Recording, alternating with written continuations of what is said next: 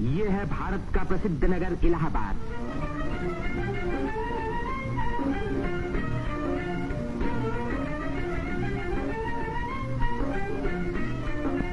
यहीं पहल उत्तर प्रदेश में एक विश्वविद्यालय की स्थापना हुई। इसी वजह से ये नगर उत्तर प्रदेश की शिक्षा और सभ्यता का केंद्र माना जाता है। पंडित मदन मोहन मालवीय, पंडित गोविंद वल्लभ पंत और अनेक प्रतिभाशाली व्यक्ति इसी विश्वविद्यालय की देन हैं, जिन पर आज देश को गर्व है। ये है हमारे प्रधानमंत्री पंडित जवाहरलाल नेहरू का निवास स्थान, आनंद भवन। भारतीय राजनीति का ये एक प्रमुख केंद्र रहा है। इस नगर को तीर्थराज प्रयाग भी कहते हैं। यहीं गंगा और जमुना का संगम है। इसी संगम में गुप्त सरस्वती नदी भी आकर मिलती है।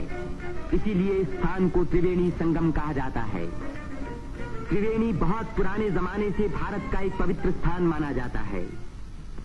सृष्टि की रचना की शक्ति प्राप्त करने के लिए यहाँ ब्रह्मा ने यज्ञ और तपस्या की। लक्ष्मी की प्राप्ति के लिए विष्णु ने भी यहीं तपस्या की। यहीं स्नान करके भगवान शंकर ने त्रिपुर राक्षस के वध करने की शक्ति प्राप्त की और यहाँ महात्मा बुद्ध ने संसार को सत्य का संदेश भी सुनाया। समुद्र मंथन के बाद जयंत के अमृत का घड़ा लेकर जाते समय एक अमृत कण छलक कर यहाँ गिरा और तभी से इस स्थान पर कुंभ मेले का महान पर्व आरंभ हुआ। इस वर्ष भारत का सबसे बड़ा कुंभ मेला इसी स्थान पर हुआ। इस मेले में लगभग 1 करोड़ व्यक्ति त्रिवेणी में स्नान करने के लिए आए। सदियों की गुलामी के बाद स्वतंत्र भारत का ये पहला कुंभ मेला था। त्रिवेणी में स्नान करके तन, मन और आत्मा को शुद्ध करने के लिए ही यात्रियां आते हैं। योगी और सन्यासी, गरीब और अमीर सभी प्रकार के लोग यहाँ इकट्ठे होते हैं। कुंभ मेले के मौके पर देश के नर नारी एक दूसरे के धार्मिक विचारों से परिचित होते हैं। धार्मिक संस्थाएं योगी और सन्यासी यौगिक क्रियाओं को दिखाते हैं।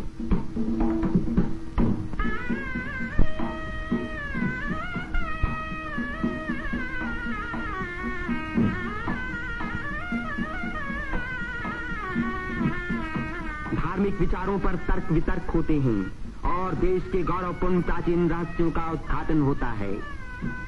यहाँ के सुंदर दृश्य प्राचीन भारत की महत्ता की याद दिलाते हैं।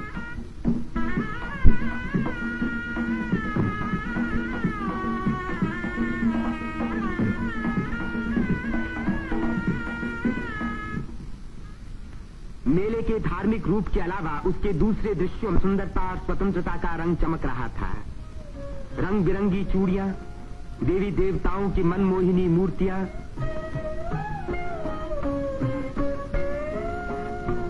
हरी जपन की मालाएं, सिंदूर और चंदन के ढेर, औरतों के साज श्रृंगार, बच्चों के खेल खिलौने, लाल बुझक्कर मिट्ठुनियां। तीर्थयात्रियों की सुविधा और सुरक्षा के लिए और स्वतंत्र भारत के इस महान पर्व को सफल बनाने के लिए उत्तर प्रदेश सरकार ने अपनी ओर से कोई कसर उठा न रखी। मेला शुरू होने के कई महीने पहले से ही सरकार की ओर से तैयारियां शुरू हो गई थीं। उबड़ खाबड़ जमीन को समतल बनाने के लिए बुलडोजर जैसी बड़ी बड़ी मशीनों से जमीन की सतह ठीक की गई।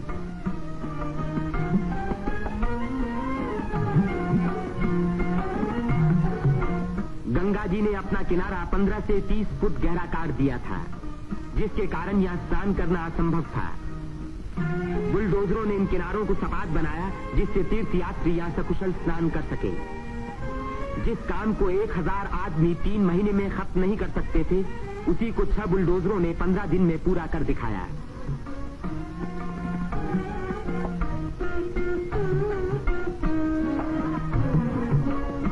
फौजी इंजीनियरों ने सड़कों पर बिछी रेलवे लाइनों के ऊपर पुल बनाने में बड़ी मदद की।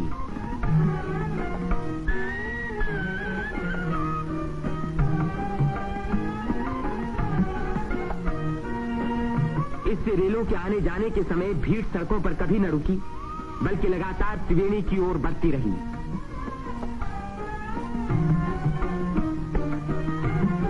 जगह की कमी के कारण ज्यादा लोगों के रहने का इंतजाम गंगा के पूर्वी तट पर झूसी की ओर किया गया।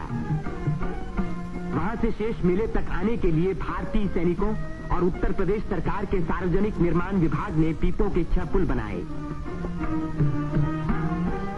कुंभ मेले के इतिहास में ये पहला मौका था जबकि यहाँ बिजली लगी। 1000 बिजली के खंभे लगाए गए, जिनके लिए 160 मील से अधिक लंबी तार लाइन इस्तेमाल हुई। उत्तर प्रदेश के स्वास्थ्य विभाग ने यहाँ सफाई का बड़ा अच्छा बंदोबस्त किया। चारों तरफ मशीनों से लगभग 250 मन डीडीटी का भारी छिड़काव किया, जिसके कारण मेले में मच्छरों व मक्खियों का नामो निशान बाकी न रहा। मेले के आरंभ से ही सरकार ने हैजे के टीके लगवाने का प्रबंध किया। यात्रियों को सलाह दी गई कि वे मेला क्षेत्र में आने से पहले टीके लगवा लें। कदाचित इसी व्यवस्था के कारण मेले के मौके पर कोई भी रोग नहीं फैला।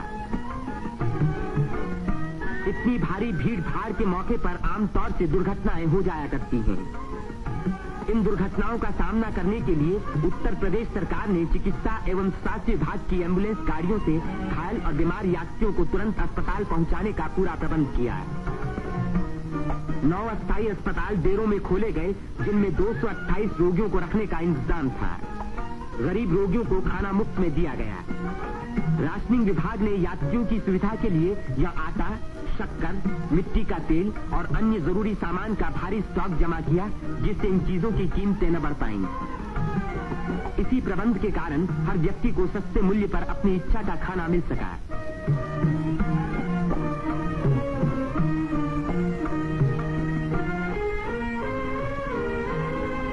सेवा समिति, अग्रवाल समिति और भारत स्काउट्स एंड गाइड्स जैसी स्वयंसेवक संस्थाओं ने यात्रियों के मार्ग निर्देशन, उनकी सुरक्षा और घायलों का प्राथमिक उपचार किया।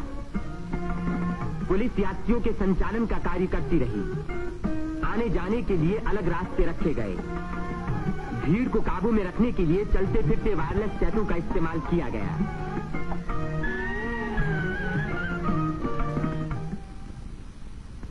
भूले भटके लोगों को खोज निकालने और उनको उनके घर वालों तक पहुंचाने का खास इंतजाम किया गया।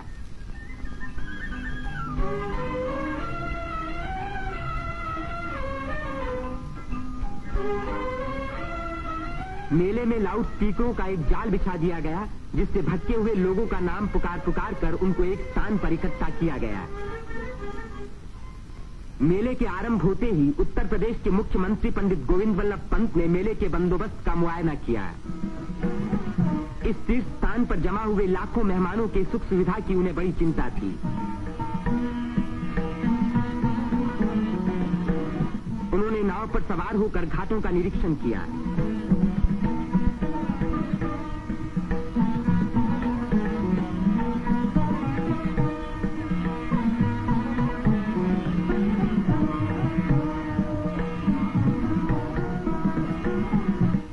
पीपे के पुलों को भी देखा। ये अखाड़ा जो ऐसे ही एक पुल को पार कर रहा है, पुल की मजबूती का सबूत है।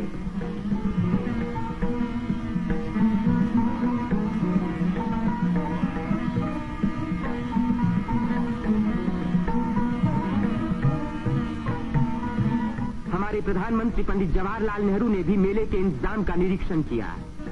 वे सड़कों पर घूमे और पुलों पर भी गए।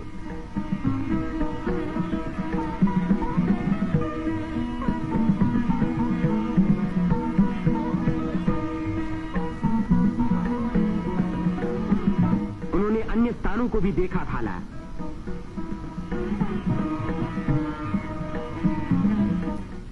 भारत के अन्य लाखों व्यक्तियों की भांति हमारे राष्ट्रपति श्री राजेंद्र प्रसाद ने भी त्रिवेणी में स्नान किया। इस दिन अपार जन समूह यहाँ इकट्ठा था।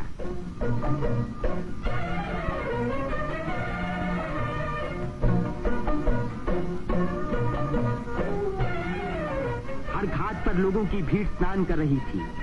उसमें नया जोश था और नई उम्मीदें थीं।